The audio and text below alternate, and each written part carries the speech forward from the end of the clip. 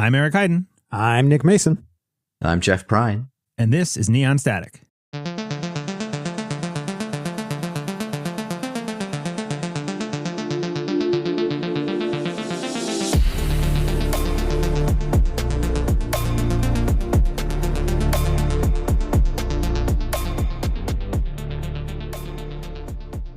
Welcome to episode 32 of Neon Static. It's time to record. Hey, we're here with a new venerated podcast host. Yes. And that is Jeff. Hey, Jeff. Hey, thanks for having me on.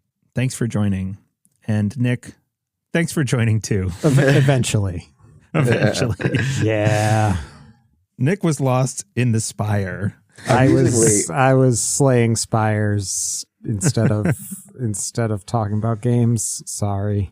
Well, amusingly, while you were not showing up, I was playing Slay the Spire while talking to Eric about the show outline. So clearly, you could have just been doing both. Wait, that's nice. A good idea. Hang on, guys. Let me fire this up. No. Oh. You're not a good multitasker. I'm terrible at it. That is true. Yeah. Before we get started with the episode proper, I want to do something I haven't done before on the show, and that is to actually give a full readout of our patrons real quick. I'm going to go through as fast as I can, but we have 37 patrons, and I want to give them credit. I've never really gone through them on the show, and the current lineup that we have right now is Garrett R., Chris K., Baxter, Not Yeti, Kevin H., Seamer 2, S&D Works, LL Blumier, I Am Tom, Wenjong, Seb K, Wafer Thin Ninja, Chris G, Melanomi, Cursor, Stwide, Wilby, Jello, Plural, Jinxie, SRN, Cinderin, Cephalopod Wizard, Delta Lambda, Cluedrew, Evil Brennan, Supernaut, Shaneros, Gordon F, Diluvian, Mark R, Ultrafilter, A Maverick, Nick Slaps, John V, Revengeanceful, and Janice. Thank you so much to all of our patrons. You are all great. I love chatting with you all. And we got some great questions from the patrons for Jeff today on one of our discussion topics that is coming up. So if you want to be able to contribute for stuff like that, then head to patreon.com/neonstatic. Thanks a lot. Okay, with that said, let's go into the 24/7 news cycle.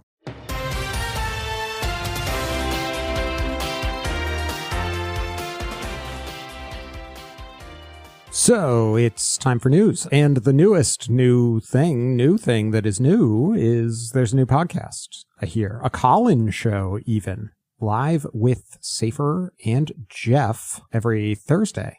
Tell us about this, Jeff. Why a call-in show? I think both Safer and I, just enjoy talking to each other, but feel like having other people on is nice. And I think this was inspired two things. One, by Daily Cast, the spoiler review show that is, it's not actually call-in, but it's semi you get to hear multiple members of the community. And then Safer and I both, for our sins, have played and been around the League of Legends competitive scene. And there was a show that I don't think either of us watch anymore, but we both liked for a while, called Hotline League, which was just a call-in show where people would call in with their takes about the game and have people that were knowledgeable about the competitive scene there discuss and talk about. And it was a fun format for getting conversations that went in ways you didn't expect. And so it's like a fun premise, and it's been honestly great to get good questions. There's been a lot of very network design philosophy questions, but I think there's been some really good ones. I think one of my favorite questions I would have never thought about was, how do you design humor in card games like Netrunner? That was a good one. Yeah. Can I just say the absolute audacity that you guys have to make a call-in show. When you announced this, I was like, good luck, guys. I have been asking for call-in people from the start of this show, and we have never gotten anyone to send a voice clip or anything. And occasionally an email. Maybe I can count them on one hand. And I was like, they'll never do it. People just won't do it. And you have had nonstop people dropping in with, recorded clips and guests jumping on, live during the show. And I'm like, okay, I guess just not me. I don't think it's just not you. I think we have gotten extremely lucky so far. At some point it may run out, or it might just be that it's set up as this is the thing. So if you want content, you have to participate. Yeah. So I guess maybe that is, it's all hinged on that. So you get nothing if you don't do it. So yeah. That's cool. I'm glad to have you two manage to be successful in that, because I love the call-in style. So that's really cool. Yeah. Thank you. I'm being facetious. Yeah, facetious about loving it. Got him. Anyway, I was one of the call-in people in the second episode. Actually, I recorded something for the first episode and was absolutely gutted when it wasn't read until the second. I know. We have been so fortunate to have the problem where we're getting more questions than we can answer in an hour for a given episode. Yeah. No, my main gripe with it not being read was that I had said that I was a longtime listener and a first-time caller, and I thought it was very funny on the first episode. than the second. Yeah. That's fair. Yeah. Did you guys ever consider his humorous timing? It was really important. I think the bit still works on the second episode. Okay. I'm very happy about the new show. I hope you have long and storied success. It's great. Next up on the news, we have a couple of upcoming events that we're very excited about. The 2026 New Hampshire District Championship is Sunday, April 12th. That is coming up very fast. It's just 2 weeks away. It's just a few weeks away. We are recording on March 28th, and it looks like we have basically 2 weeks until that date. That's what. Okay, a few weeks away. I said 2 weeks. 22 days. How about that? Did you say that, Nick? 22. How is it 22 days? Sorry, damn it. I can't do math. 15 days. Yeah, it's like shit. It's like 2 weeks or something. I've been exposed. Are you like an engineer? Anyway. I use calculators. Okay. Basic arithmetic ain't my strong suit. Yeah, not me pulling out scripting libraries every time I need to figure out the number of days between two dates. I'm like, someone solved this for me already. I can just... There's a website, okay? You just Google how many days between, and then that's all you need, okay? My favorite was... sorry, this is an extremely nerdy tangent that maybe should get cut, but when I was going to propose to my wife, I was like, okay, well, we started dating this day. We didn't celebrate our regular anniversaries for a bit. We decided to instead... This started as like we didn't want to do anything for our 6 months. So we said, okay, we'll just do prime anniversaries. And so then I went and figured out a prime number of days since we had started dating and did the proposal on that day. Amazing. Very good. There's no way I can cut that, Jeff. Come on. That's way too endearing. Okay, so with that heartwarming story at this district's championship. Yes, people should go to this district championship. I will be there. I've bought a ticket. People should buy their tickets in advance so Eric knows how many people will be there. It would be good also to reserve a seat because we only have 32 seats available. And if you show up and they're sold, then you have to watch or leave. And that feels bad. Or I have to sit out and... and that feels worse. But yeah, we have exclusive alt arts. We got cohort guidance program commissioned by Brindlemold, and it's sick, and we're going to get it in foils, and that's the participation prize. So you're going to get a foil walking away from the event. There's other great events. The kit's very good, and we have other prizes, other great prizes. Sorry. There's going to be a link in the description to a Google form where you can buy a ticket. So please go do that. It's $20. Come, be with us. Yeah, it's going to be good. Following that, Jeff, there's an event in Cambridge. Yeah. Can you tell us about it? Yeah, this is not run by me at all, or at least not, maybe I'll be helping on the day of, but this has been organized by Kevin. It is going to be the Megacity Championship. It's going to be on Saturday and Sunday, July 11th and 12th. It's going to be at Pandemonium Books and Games, an old school stomping ground for us. There is some additional links on the Always Be Running page, which people should check out. It's going to be starting at 11 a.m. sharp. And if I'm at all involved in running it, it will be starting at 11 a.m. sharp. If you are not there, tough luck. That's a round loss for round one. So be there, have a great time, but also we could finish on time if we all work together. So yeah, it's a two-day event. So that's exciting. Also, I've seen what Kevin is proposing for the prizing for it, and it is amazing. So people should come out for it. It's really good. I agree. I will not say what it is, though, because I want that to be Kevin's to spoil. Okay. Mm-hmm. Other upcoming news that is relevant, mostly for big events. Worlds was announced. It is October 2nd, 3rd, and 4th this year in 2026. Tickets for that will be going on sale on April 1st. As of recording, that's this coming Wednesday, so that's coming up soon. There's early bird tickets with a discount and a full art foiled Vantage Point card and a hard enamel pin. So that's cool. April 30th, the end of April, volunteer responses are going to close. NSG is looking for volunteers for Worlds to go do all sorts of things between judging and Jeff, can you just real quick, what kind of things might people volunteer for? Yeah, so we have people volunteering for judging. We have people helping run the event. We typically call them HQs. So they help with event registration and match reporting and kind of general logistics for a lot of the day. We have people volunteering to help out with the artist colony. And we also have people helping to run the stream, either as, technical people or as on-air talent. Those are kind of the main roles. We have a couple other ones if there's things, there's some place in the forum to fill things out.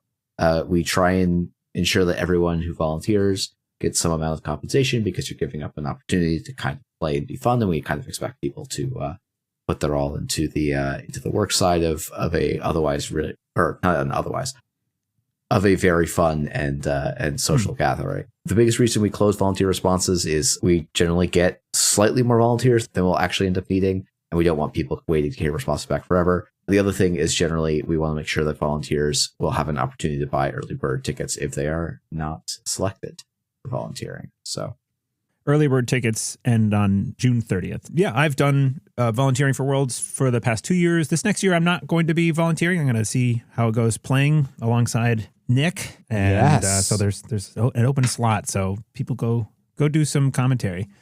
It is a lot of fun. It is not either you have fun or you volunteer. It is quite fun. It's just a different experience. It's a different experience for sure, but it's very rewarding on whether you go to play or you go to volunteer. You will have a good time, and that's the goal. Oh, also you get all the alt arts for the event, plus an additional special volunteer alt art that you can't get otherwise, which is pretty cool. So if you are worried about not making top half or something and really want all the alt arts, just volunteer. With that said, let's dive into the depths.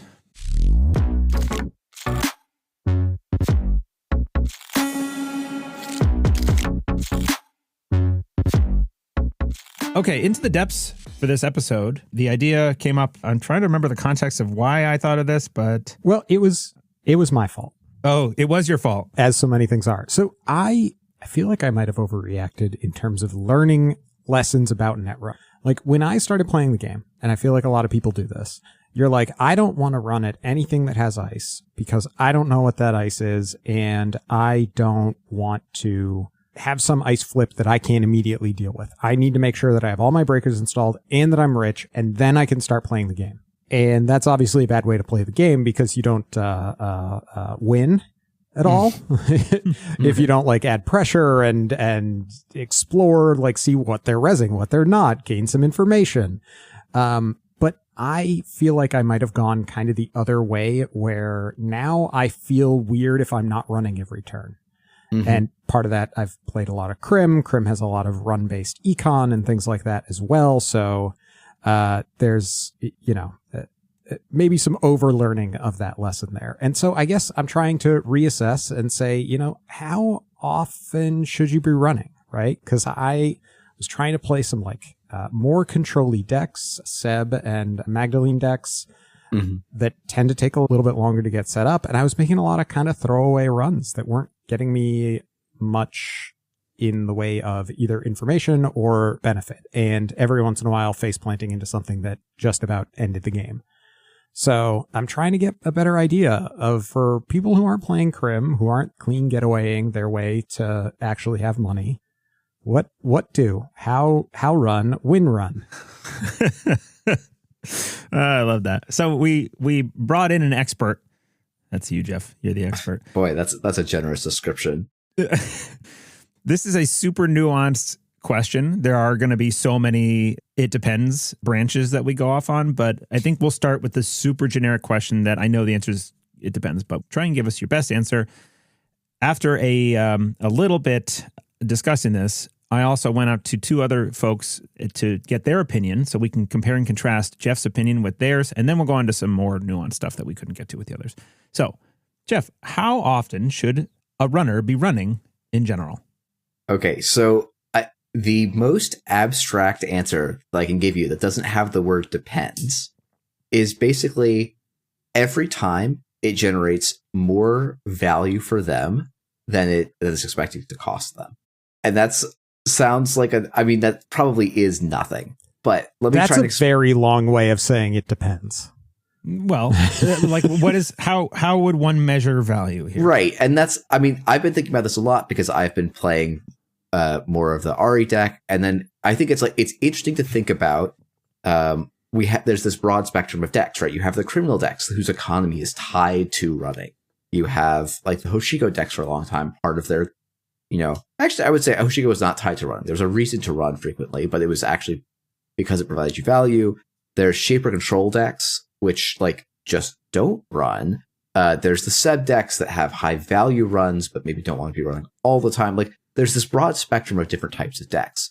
But the thing that's happening in all of these cases is the cards in the deck and the matchup of who you're playing against are informing you, okay, every time I make a run, I have the option of doing something else with that click.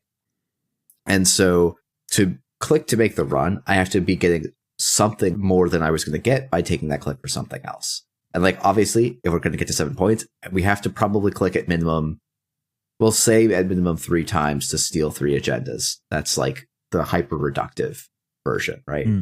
You can say oh yeah, if you're a Hiram deck, maybe that's your whole goal. Okay, I'm going to see 7 points off of R&D, just one at a time, and I'm going to run R&D. Then it's okay, you should be running 3 times per game. But in practice, there's a lot of states where you're making the call of making this run. Maybe it provides me beneficial triggers. Maybe it stops the corp from scoring points. Maybe it makes the corp spend resources that prevent them from making other actions. So to me, there is no good answer because it is so contextually dependent. But the idea is still to me that every time you click to make a run, you are not taking other actions. And so you need to make sure that none of the other actions available to you are better than the action of taking a run.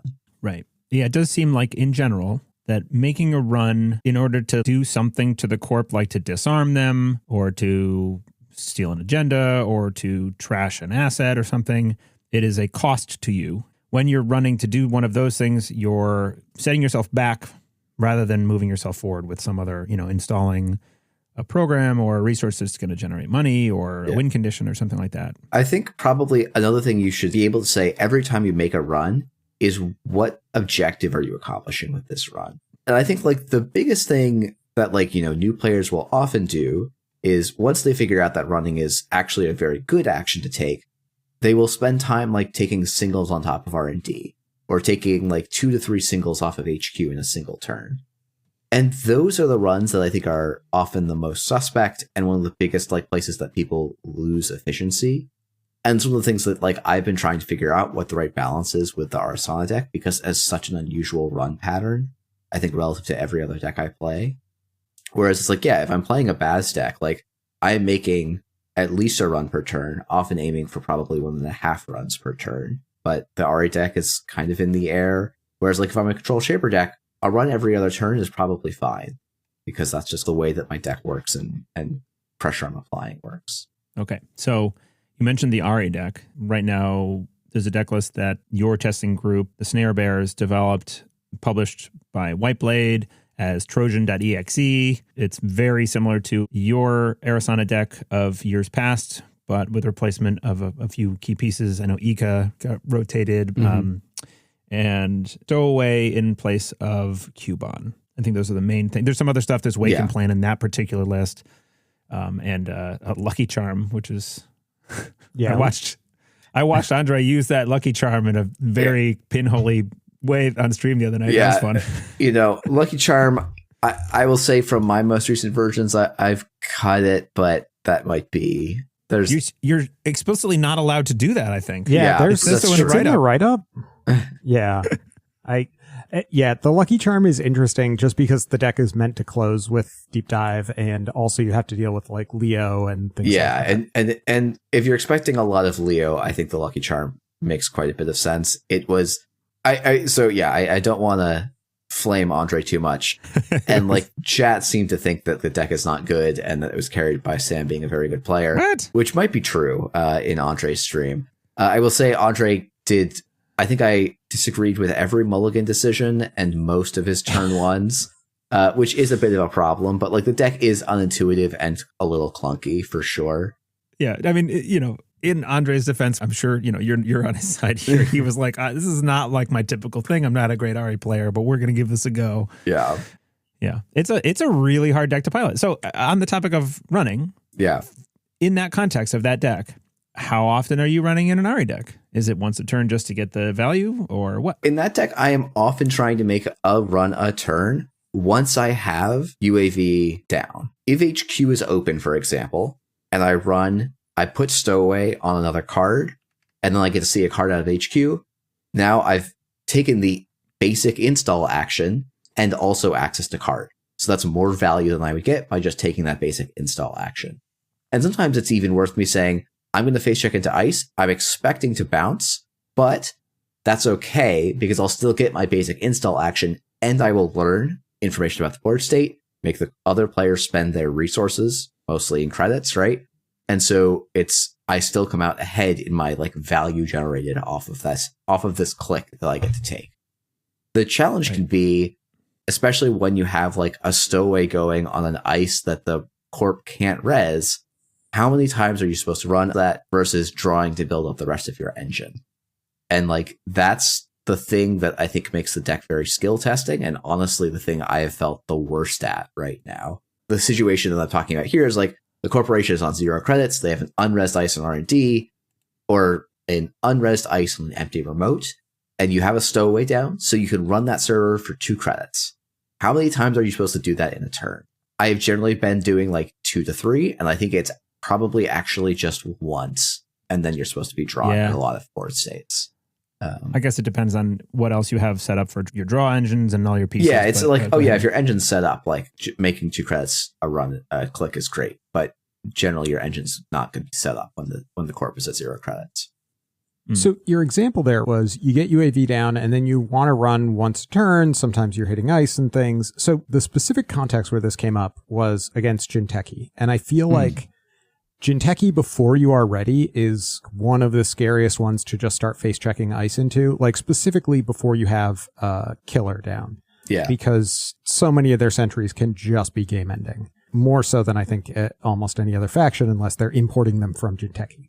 So I was getting into situations where I was thinking like, okay, do I want to make a run on archives? I expect the value of that to be pretty low. It's just going to turn some cards face up. I don't believe this is a Regenesis deck, so I don't think they're like dumping things into the bin. That is the point where I think a couple of times I have just clicked to install something instead. Yeah, that's one of the like, it depends cases. It's like, yeah, this is part of knowing the matchup where it's like, okay, yep, the Jinteki player, I'm going to use the old number. I don't know the number I'm actually scared of these days, but like the old number used to be, the Jinteki player is on 8 credits. If I can't deal with hitting an Anansi with the cards I have on board in my hand, I probably should not be running at ice. And now with stuff like, if there's Eska or, Nightmare Archives or whatever, like, there's reasons to not even run empty servers. I guess it's sort of the like trying to figure out what the range of possibilities are for a given run. You can mostly just look at worst cases in a lot of these decks and figure out, okay, most of the time, this is the worst ice I could hit here. How bad is it if I hit that ice, right? How many credits is it going to cost the corp? If I hit that ice, then what happens is the thing to be asking yourself, I guess, right? So if I hit a Lion's Mane, I lose 2 cards in my hand, I lose 3 credits, and the run gets ended, presumably, right? But the corp is now down, I should know this number off the top of my head, but I haven't internalized it yet, 6 credits. I pulled it up because, this is kind of the card that made me like, wait a second, like, I need to think more about face checking, even though, like, I wasn't expecting a Seisenton or anything like that. The Lion's Mane in particular, I've not played enough against Jinteki to realize just how much of a menace this thing is. Lion's Mane is the best new barrier in Jinteki possible. No, it's a barrier. It acts as a barrier in such a great way because people are like, I just can't take this damage. Yeah. And it stops them. That's fair. Right. That's fair. I see what you mean. Yeah. It has very like Samaximon feel to it without having that like same tech card thing, Yeah. It's funny because it's like there are cases, if I'm the runner, my threshold for this is something like, if I'm trying to evaluate if I should make a run against Jinteki, my first question is probably going to be, do they have less than 6 credits? Okay, I don't need to worry about Lion's Mane, obviously. If they're at 6 to 9 credits, then I'm like, okay, if they res the Lion's Mane, let's say I lose the best 2 cards in my hand and I lose 3 credits. Do I think I'm ahead if they're at 3 credits and probably their next turn is like a credit hedge fund as like their best possible bounce back? What does the rest of my turn and my follow-up turn look like? So that pushes you more towards running early too, right? because you want to still have the rest of your turn to follow up after they have maybe gone broke resing Lion's Mane. Yep. Where you can now run at other servers with less risk because the only thing they could res is a Tattoo Bola, and that just puts them like even further into the hole. That kind of thing. Exactly. Right here, let's jump in with a patron question because it's in context. S&D Works asks, which click is the best run to run on and why? Click 1 and 2 are the best clicks to run on. I would say clicks 1 and 2 for me are almost always allocated to drawing or running. You should be doing one of the two of those on your first click most of the time, because both of those are the things that generate the most new information for you. If I could make a run and learn what's in the server, what ice is protecting it, or what the card I'm going to access is, or if I'm choosing to draw instead, what new options are available to me, those are why you want to do it as early as possible. For those of you who've been around a long time, Run Last Click was the name of a Netrunner podcast forever ago, with the joke being, yeah, this is the worst click to make a run on. Probably the reason why this podcast exists, by the way. Enjoying and wanting to emulate Run Last Click. Love that show. Yeah. Yeah, so to jump in there as like a philosophical point, I guess, I feel like I would lean towards second click being the best to run on in most situations, only because I used to do this stuff all the time where I would install a card like at the end of a turn, and then so I can run first click, but it gives away information. Yeah, you know, if you can install like a boomerang or something like right before you run, that is substantially better than installing it earlier and then running. So like there were often cases, and Ari makes this a little weird because you don't necessarily have to install stuff. But I feel like most of the time, at least in a lot of decks that aren't just building a Doom rig that is permanent, it's going to be click 2. Yeah, that's a good point. And like, yeah, holding the this is the thing that like I see new players do a lot. I'm going to install a breaker as my last click, or I'm going to install a console that I'm not going to trigger this turn. And those sort of clicks that don't do anything but tell your opponent that you're going to have this thing accessible to you is a disadvantage. And like as the runner, the only hidden information you have is what's in your hand. And so you should try and keep that advantage for as long as possible, while balancing that you want to gain the most information at the lowest cost to you as you can. So like I've definitely gotten punished a bit when playing Baz into Jinteki, where I'm like, I'm going to hold all my breakers because I've got a boomerang in hand. Oh, oops, what's that? An enemy like ruins me, or a random ping of net damage ruins me. And it's like, okay, my heuristic is wrong for this matchup, where because I was running for a while, only 1x of each breaker, I can't be cute with it. I actually have to make the thing. And like, this is I think why running is interesting and why Netrunner is interesting. It's like, it is so contextual on matchups, on how often you should be running and what you should be prioritizing and hiding versus showing and things like that. Let's read our responses from our other opinions, and then we'll talk about them, and then we'll get further into the discussion. So I asked Andrej from Metropole Grid what he thought about this question on how often should one be running in general. And he said, it depends way too much on your deck and the matchup to have hard and fast rules IMO. If you're a DreamNet deck, you need a good reason not to run every turn. If you're playing control mags, it's the opposite. I think a lot of mid-range to Glacier decks' agenda densities have shrunk significantly with Let Them Dream, so singles aren't feeling great unless you have some value that compounds off of them. Running HQ is hyper-contextual. This is mostly just about seeing the top of R&D, that comment about singles. So that generally lines up pretty well with what you've been saying, Jeff. I don't think that there's anything. The mention of Let Them Dream and agenda density is a good one. Yeah. Yeah. Not a major departure from what you've been saying.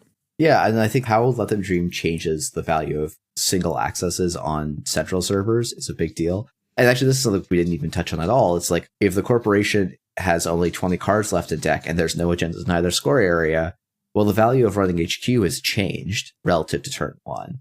And so actually going for a single there might be more valuable than it would have been previously. So like there's a whole separate thing there. Yeah, where to run and when to run is a different question than how often should you be running in general, but it is definitely tied into this whole question. Yeah. Which is what makes this game so delightful, is that we are on year 3 of this podcast, and I have played thousands of games, and I still don't know the answer to this question. It's not like, oh, once you learn the trick, you are a good player. It depends all the way down. There's turtles. You know, it's like I played the game against the combo PD that's going around. It's like, I think I was running twice a turn, and like I lost, and I'm like, oh, maybe I was I should have been running a little bit less than I was, but it's very interesting. Once a turn would not have been enough in that matchup. So it was an interesting kind of thing. Yeah, I had the pleasure of losing to Nick piloting that deck on stream recently, and you were watching, and I think that was one of the situations where I did the tempting thing of running that stowaway too often in the early game instead of getting set up, and then got overrun in the end game. Yeah. So the other person I asked was Kikai, who is a member of EA Sports and was not second, but in the top cut of Worlds, did very well at Worlds this past year as well. Yep, and also runs the Surveyor blog, which people should definitely be reading if they're not. Yes, I will have a link to the Surveyor in the show notes. And Kikai said, as a rule of thumb, once per turn. More than that is to press an advantage. Less than that is taking an off turn. In the early game, the important thing is to be making a run that also provides value, DreamNet, Clean Getaway, RE Trigger, Loot Ability, because A, agenda density is low, so early game accesses are less likely to hit. B, we need to be setting up our engine so that we can play the mid and the late game. Mid-game runs are about exerting pressure, forcing the corp to spend resources and slowing them down so we can maximize the amount of late-game runs we can make.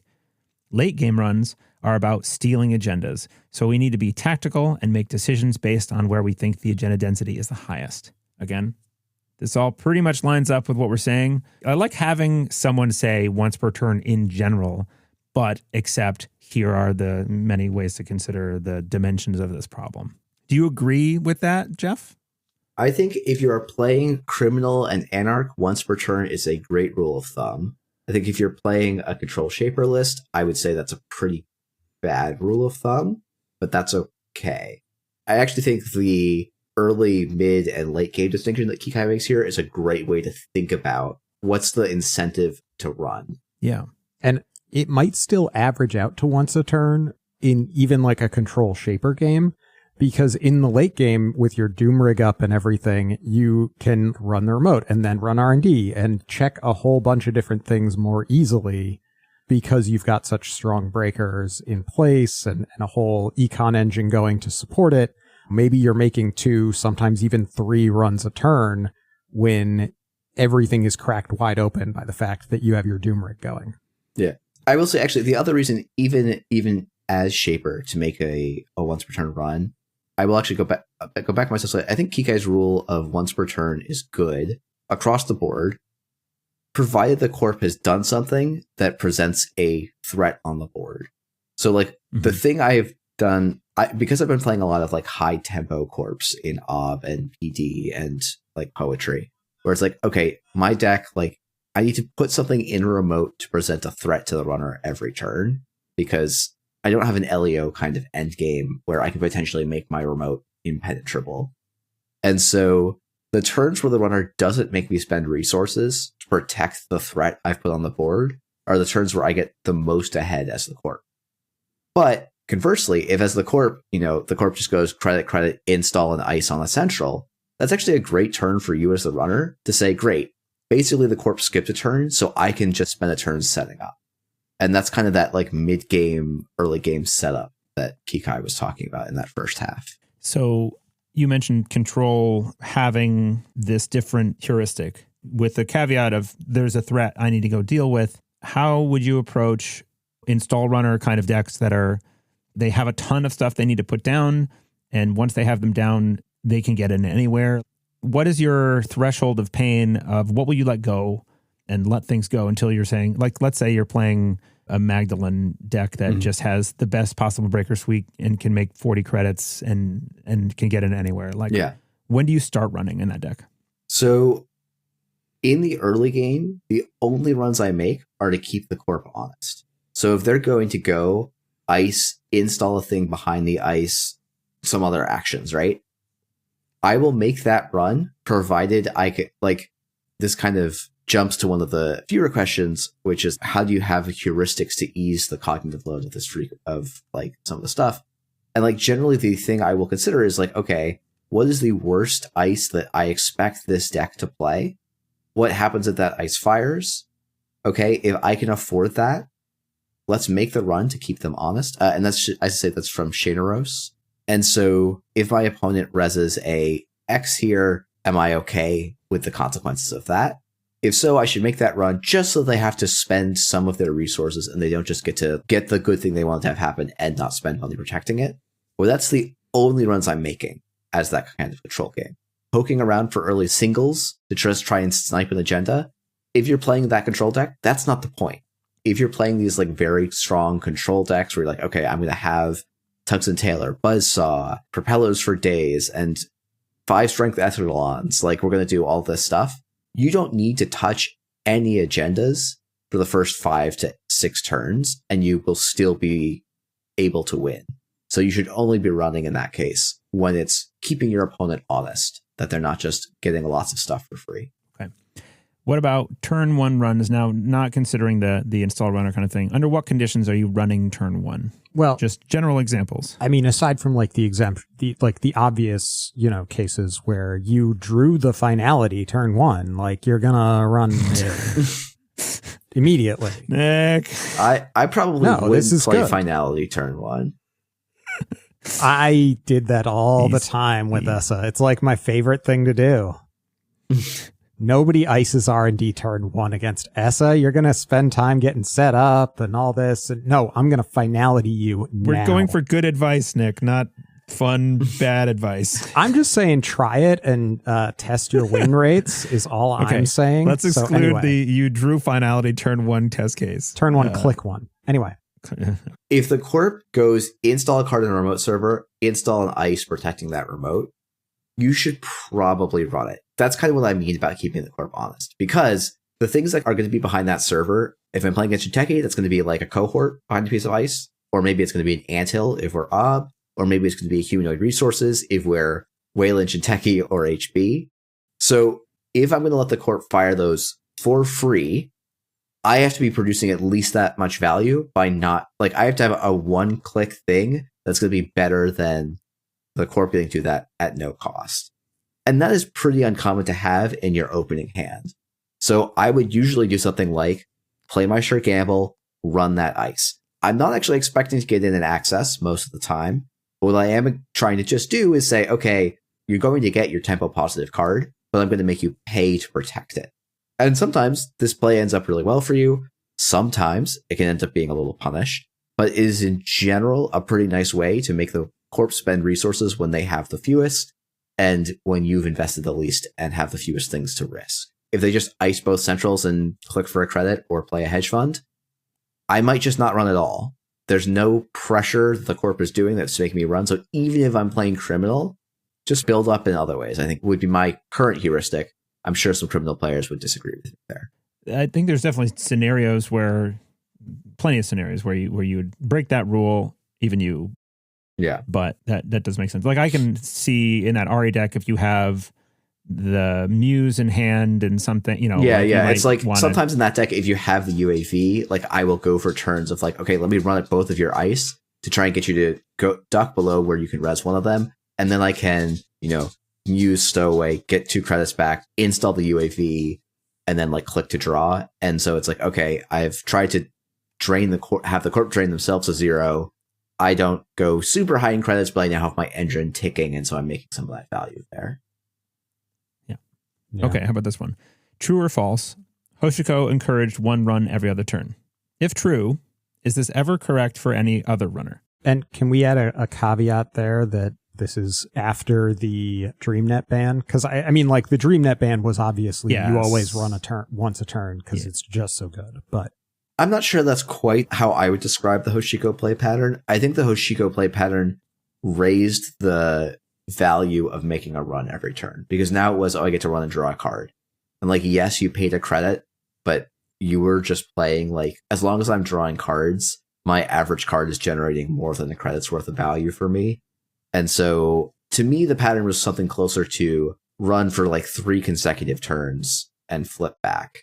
So you get the turn to flip and then like 1 to 2 extra turns of just the card draw was quite good.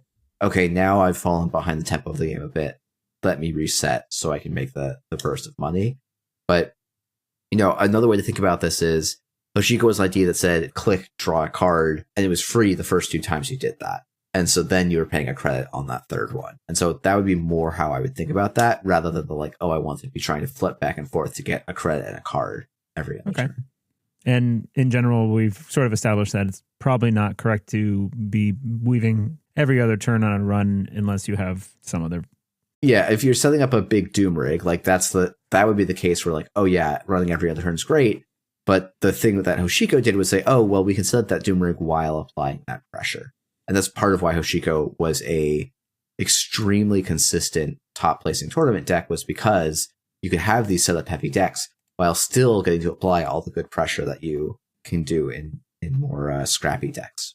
How about how often / under what conditions should one take a turn off of running? This is an interesting question to me, just because so most of the time when I end up taking a turn off of running, it's because I am out of resources to keep running, or like I think that making another run will push me too low. And this always feels like the worst moment.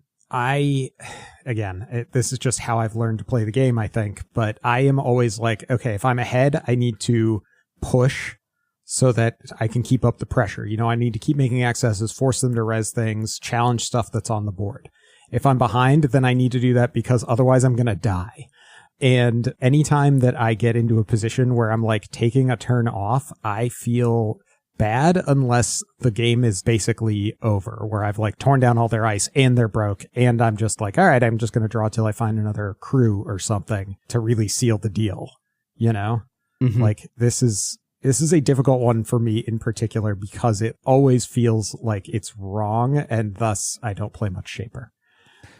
I think before we get Jeff's take on this, I think this is how you in particular are losing games most often. Yeah. Is by doing exactly what you just said. Yeah. No, you're right. So I'd love to identify and Jeff already did a little bit, if the corp ices both centrals and clicks for a credit, then I think in general, you might then take that opportunity to be like, they're not doing anything. They haven't presented. There's no agenda in there. They can't score next turn.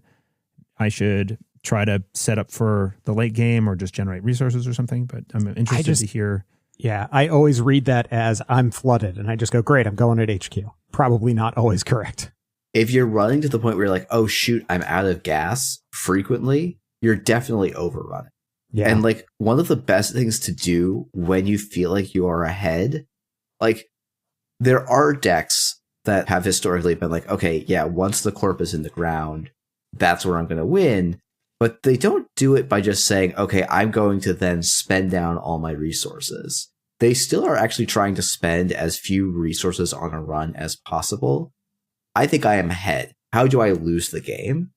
Because I'm ahead, I should be able to take the best action to avoid losing the game right now. But I guess the way that I lose, or I guess I feel like I lose games, is I get to a point where I have let the corp recover from being behind, and then I get locked out of a server, and like, now I can't challenge it.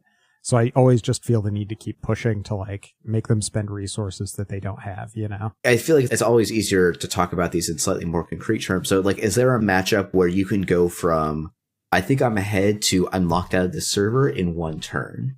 Because that sounds like what you're describing to me.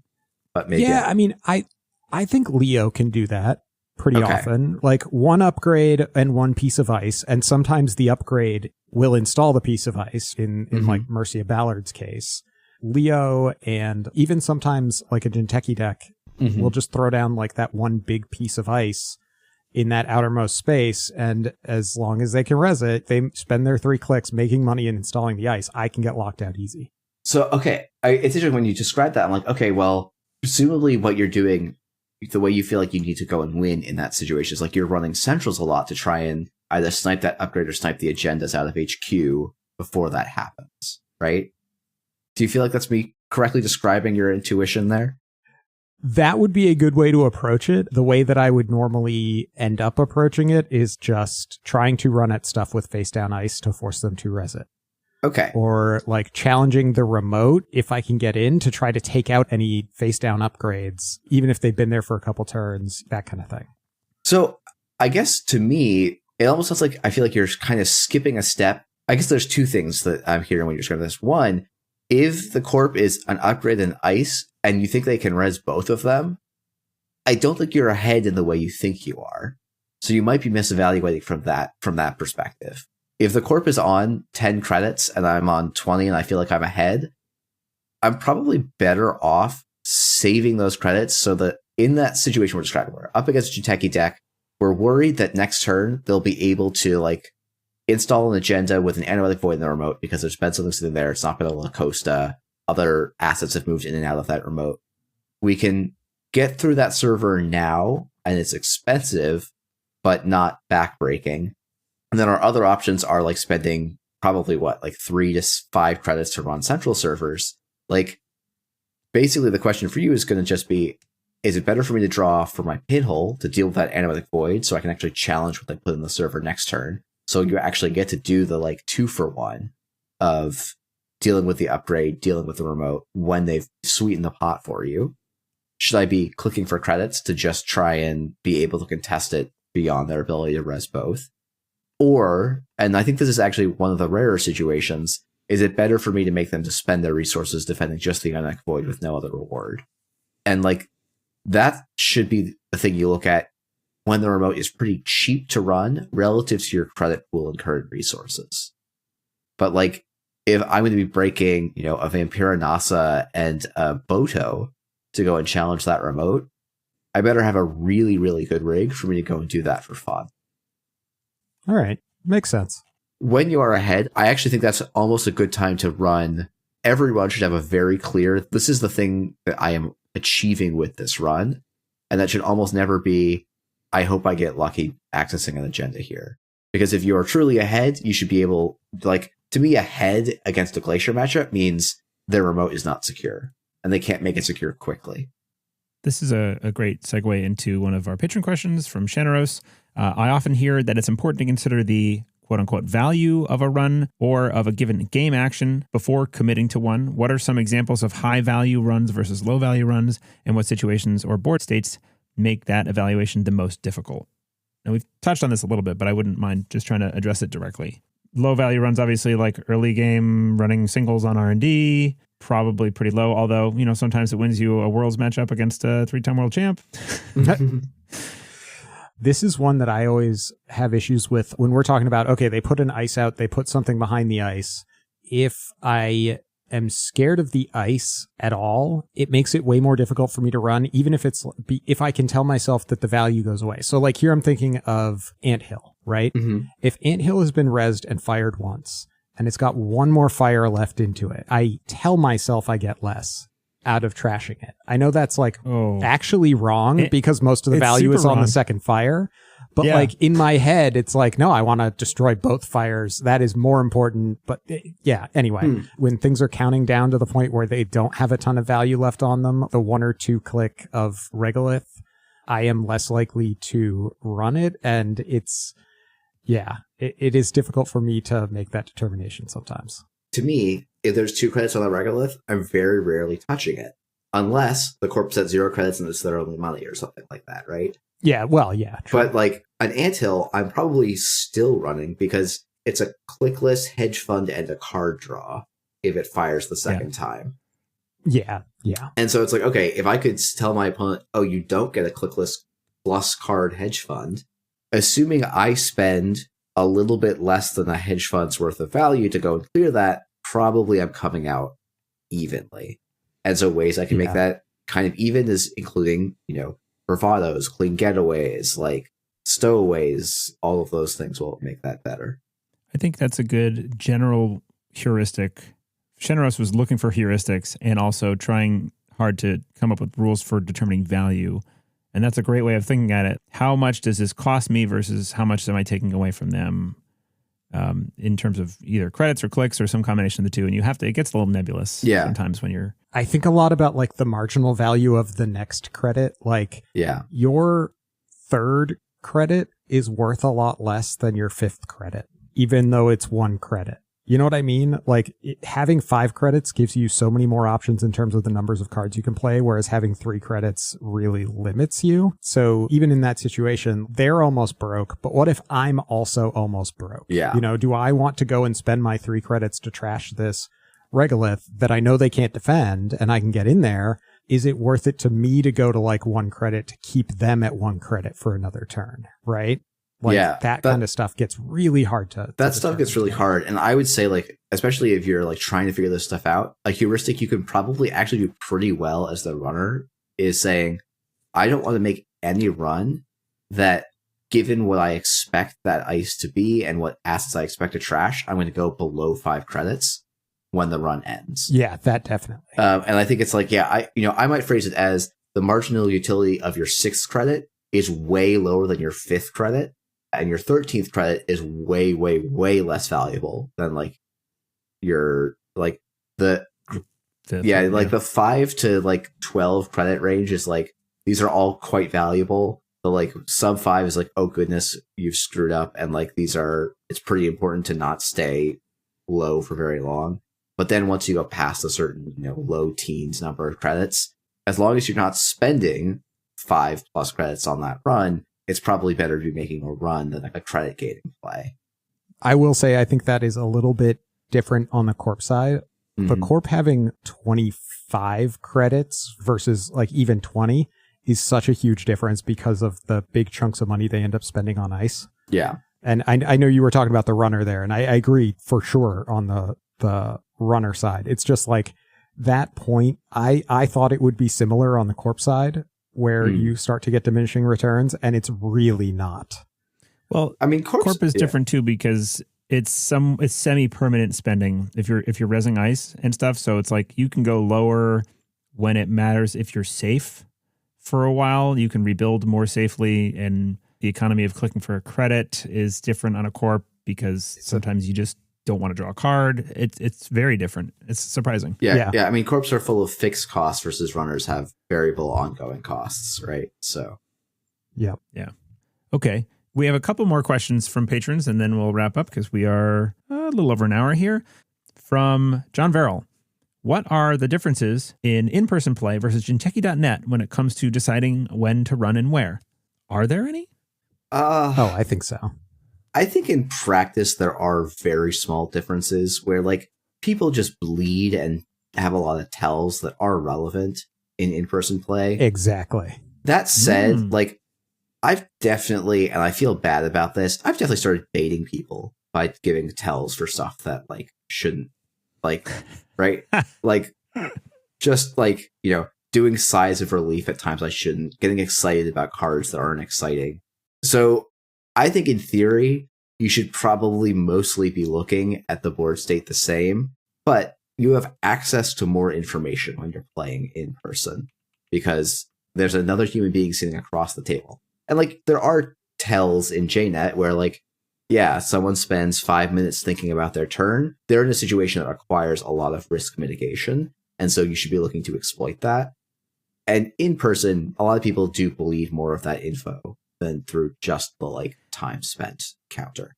I got to shout out Alpi, who I think ran like 9th in Worlds with Baz this year and sometimes streams on Twitch or YouTube. I can't remember which way. I've seen Alpi's streams a couple of times, and I just remember Alpi talking about how much the play acting and baiting did for him and like how important it was that he occasionally does things like, sigh of relief or like kind of groaning or like drawing a card and being like, I intentionally misleading people, and it worked like all the time. So I probably overplay that card, but it's like my favorite part about the game, especially when you're like playing Corp. If you like make a move and you're like if I just try to make it seem like every turn I have is the hardest in the world, even if it's like, okay, they're too broke to get into this server. I am jamming a agenda and I'm going to score it out next turn.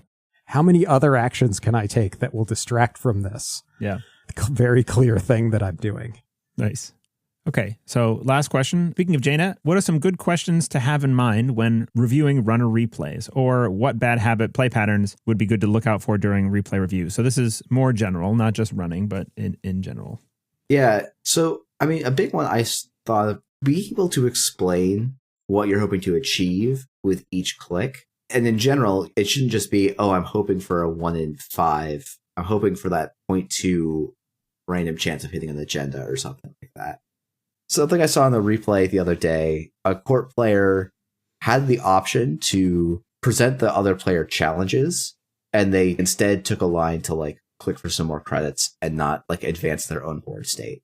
And so I guess maybe that would be one of the things I would tell people to look out for is like, did I end my turn threatening more stuff than I started the turn being able to threaten? Yeah. Are you moving forward? Yeah. Consistently. All right, cool. That's all the patron questions and all of our questions. So I appreciate the discussion. Thanks for chatting with us, Jeff.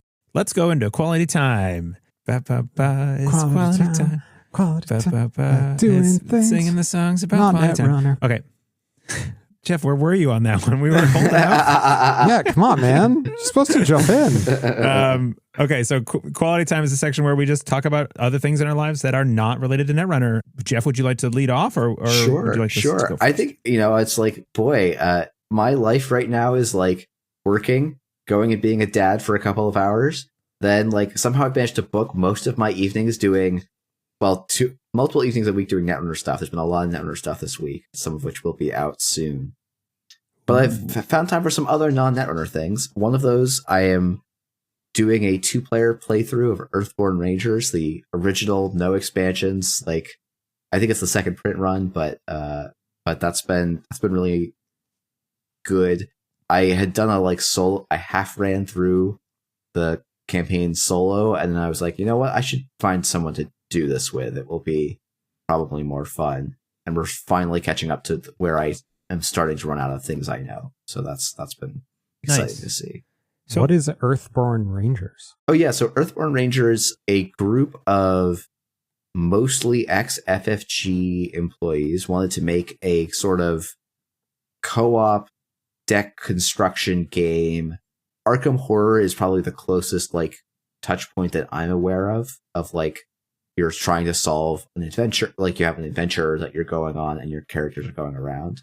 It is like Arkham Horror, basically in that sense, we're like, oh yeah, we each have a character, we each have a deck that we built, but like Earthborn Rangers is very much its own system. The two like big things, like one, it's like a box that is literally, you could bury it in your backyard and it would completely biodegrade. There's like not supposed to be any plastics in it. They produce it in different facilities around the world to minimize shipping, CO2 like expenditures. Like it's really meant to be a very earth-friendly board game product, which is a very difficult thing to do. Yeah. And then the other thing is like it is a cozy post-apocalypse is kind of the wrong term. It's like it's got a big like solar punk kind of vibe where it's like meant to be kind of fun and friendly, and like the first mission you do is literally, hey, you're a brand new group of rangers. Why don't you go and bring fresh biscuits to people over by the lake? They'll be very happy that you did so. All right. And like the stakes are elevated. There's some big things happening, but there's always an undertone of like, if a predator's in the area, almost no one has weapons. There's a couple ways you can try and fight off things, but most of the time you are actually like trying to connect to the wildlife and get an understanding so you can deal with the problem that way. And so there is a big like living in harmony with nature, and that doesn't just mean, always be peaceful, but it you can set it. Sometimes there's things where it's like, yeah, you set a boundary for a thing, or this thing is exceeding our capacity to tolerate it. But it's an interesting system for sure. That's neat. Nice. And so I mean, I can only assume that you've been playing Slay the Spire as well. Yeah, that's the other thing. That's really the only other thing I've been doing. And yeah, I am slow. I've had less time than I would like. I'm not on A10 with all the characters yet. I only have, I probably only have like 30-ish hours logged, which sounds extremely silly for a game that's barely been out. But wait till you hear my Slay the Spire 2 segment. But yeah, I was going to say, let's not talk about my playtime. I've been really enjoying Ironclad, Silent, and Regent. They all are doing different, very fun things for me. The Necrobinder has still not quite clicked, and Defect, I don't know. They're not hitting. Really? I've never enjoyed the Defect that much, and this feels like a similar kind of character where like it's, I'm doing fine on it, I think. But it's not my favorite playstyle of Slay the Spire. Yeah, it can be very passive. Yeah. And kind of boring sometimes. For the best builds, it's boring. Yeah, I think the game, I will say, like, I've been continually impressed by them recognizing a bunch of the shortcomings that existed and, trying to move defect away from, oh, good, I've got 6 orbs and 3 focus, and so I never take damage no matter what.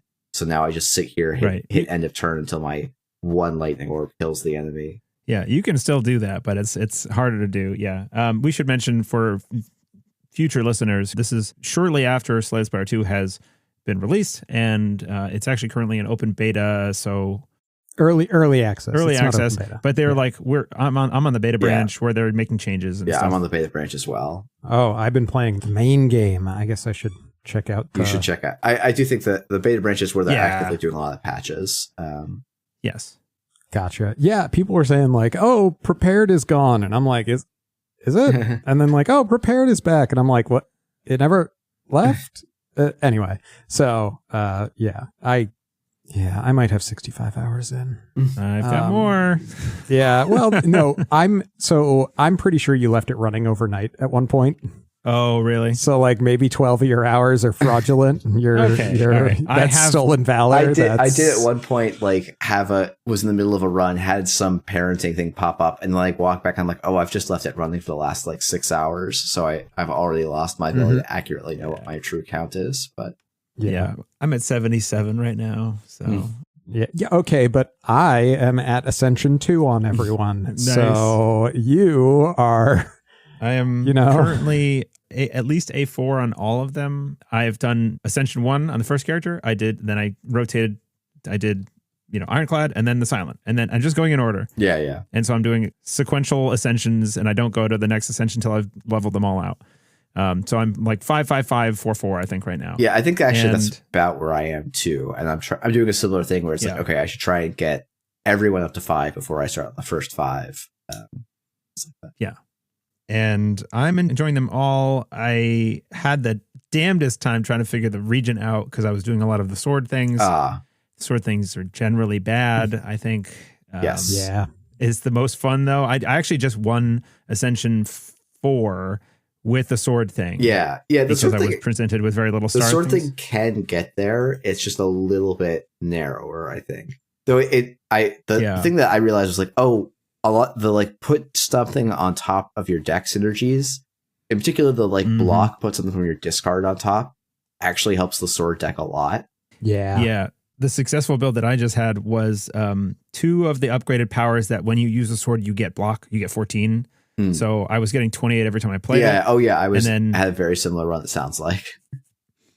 Yeah, 2 of the powers that forge and make your sword AoE. So I always saw that. And then like 4 or 5 copies of Summon Forth or something that like goes and grabs your sword. So you play it, you get a bunch of block, you summon it back to your hand. Next turn you play it, you just loop that, and it was quite fun. And I barely made it across the finish line, but I did. It's funny, the successful run that I had with the sword build was most of my deck was the cards that want you to draw them a bunch of times.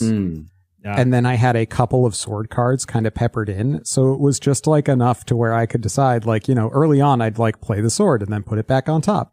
And then once I could start cycling like the King's Punch kind of things. I have a hard time with that one. I do too. It's a really cool like thing, but removing cards from your deck is really good in this game generally. Yeah. But that one in particular makes it feel like you just want, like, if you could, you just have 5 cards in your deck, I have been watching, I believe the YouTube handle is Japanese Export. Japanese Export has been doing a lot of really good Slay the Spire 2 like tier lists and content, and I've found that very, very helpful. Went through like all of the events and like how he's deciding stuff. Has made me reconsider transforms in a different light. I think transforms are busted in this game compared to how they were in the first game. Oh, they were still. Really, really good. I was basically always taking transforms over removes in 1. I always hated them because it was like random crap. What do I want this for? And now I see them in a very different light. Yeah. So I would check out Japanese Export. At Japanese Export is a good Slay the Spire content person who I hadn't heard of before this. But I guess I've already been talking about it. But like I've been playing a lot of Slay the Spire 2. I have been loving that. I bought a Prius yesterday. That was fun. One of us. I've been driving us. Yeah. I was actually carpooling down to the Arlington CTK that you won, Jeff. Yeah. And congratulations on that, by the way. And I was carpooling with Jim, who is a newer local player, and I forget what he was driving, but when we met at the park and ride, he was like, "How's your mileage?" I was like, "Oh, not good." And, so he drove down and he was like, I think he was like getting like 70 miles a gallon. So he had some plug-in hybrid something. Oh yeah, that beats me by a good margin. But yeah, you can't do that without like a plug-in, I think. So I was like, my truck it's got 165,000 miles on it. So anyway, I got a Prius and it's the nicest car I've ever had and I love it. I've also been reading the Mistborn series and I've just finished the first book and started the second, and that's fun, lighthearted Brandon Sanderson. After having read the Stormlight Archives, this is a fresh breath of air from him. Nice and quick and fun. Nice. So on a related note, I've been reading some of his Secret Project books, which were like Kickstarter campaigns that he did, and they're generally quite fun. The two that I've read are narrated by Hoyd, and he's like a side character. He's like in some way magicked so that he can't really interact with the story directly for most of it. The concept of it is, what if Buttercup, when Wesley didn't come home for a while, Buttercup was like, well, gotta go get him, and went out after him instead of just like waiting around. And the other is like a Korean drama romance thing with body swapping and all this. They're both really fun little single stories set in different parts of the Cosmere. That's my stuff, basically. I can't think of anything else. Nick, what about you? Yeah, so I read a bunch of those Brandon Sanderson books and other things that were kind of like, how do I put it? Like fun, just strict fun. Yeah. So I decided to be the least fun, and now I'm reading a book called Enemies, which is a history of the FBI as an intelligence agency. So it's specifically focusing on all of the horribly illegal things that the FBI has done since its inception. So far, it is mostly following J. Edgar Hoover because he was the FBI for the longest time.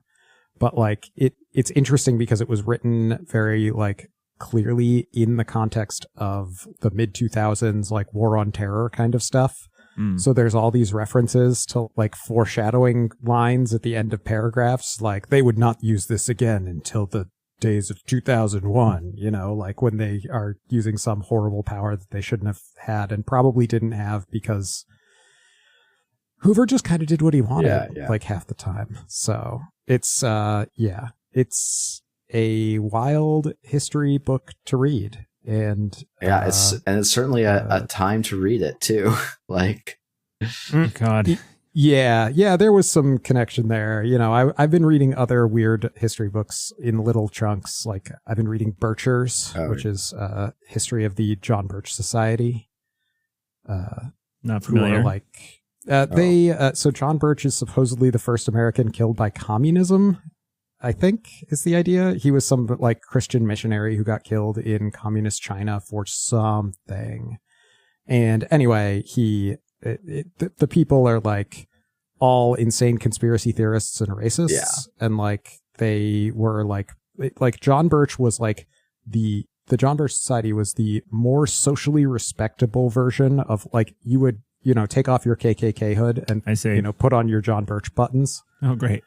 They thought like there was like this whole thing about like Eisenhower was like actually a communist and working for the Kremlin, like that kind of. Yeah. John Birch is very much the like respectable side of like Red Scare, or like, a lot of the origins like the Red Scare and like, okay. It's a very. Yeah. The interesting thing about them is that a lot of the tactics that they came up with were used a lot during COVID with a lot of these small groups like Moms for Liberty is like exactly the same as some anti-communist groups that were basically fronts run by the John Birch Society. They were like entrepreneurs in this weird world of stuff that looked like grassroots activism, but was like basically getting fed by a national organization. And that would focus on like the smallest units of government from which you can project tyranny, like school boards and things like that. Yeah, it's I'm only familiar because for my sins I've gotten very into a podcast that covers Alex Jones, who has a background of being a Knowledge Fight. Yes, Knowledge Fight, which has a lot. It's amazing. It is a show So that I good. struggle to ever recommend anyone listen to, but I am. Yes, it is. I'm very deep in it now, and yeah, it's There's a lot of stuff. Yeah, I haven't sent in for a wonk shout out yet, but I keep trying to think of what I would. But yes, he is very like Alex Jones is basically like modern JBS, John Birch Society stuff, and he was like raised in it. So yeah, I just Googled Moms for Liberty and ew. This is God. Yeah, I get most of my like world, not world news, but like world enlargement of like history, especially history stuff from Nick on this section of this podcast. Where you just learn about all the like horrible movements that I, for some reason, enjoy reading about. You're obsessed with, I don't know. Yeah. I don't know why. I just like weird extreme things. I don't know. On that downer of a note, go check out Slay the Spire 2. It's sick. It is. It's been great. It's really and good. like, don't get mad at the devs when they do a balance patch. And if you do want to, oh my God, Jesus! If you do want to see a little bit of what playtesting is like, this is like a little bit of what Netrunner playtesting is like. Where one card changes, and literally like when Prepare went, that changed how you played Silent, and it's like this is why things are hard. But I've been really liking the Sly builds for the Silent, so I'm very happy they put that back. But it does definitely make you're very able to do just infinite bullshit with those pretty easily. Yeah, I'm hoping they keep tuning down the infinites. I think they're a little bit too easy in general. Yeah. Okay, well, you've been listening to Neon Static. We've been your hosts, Eric Hayden, Nick Mason, and joined by Jeff Bryan. And if you want to get in touch with us about anything we've said over the course of this podcast, we can be reached at neonstaticpod@gmail.com or on Discord. I'm .canister and Nick is Goldbrander. Jeff is YsengrinSC, and we're around the place. Links to New Hampshire Netrunners Discord and the New England Netrunners Discord are all in the show notes. Once again, if you'd like to support us, you can like, subscribe, join the Patreon at patreon.com/neonstatic. And other than that, remember to run with your eyes closed, because what you can't see can't hurt you.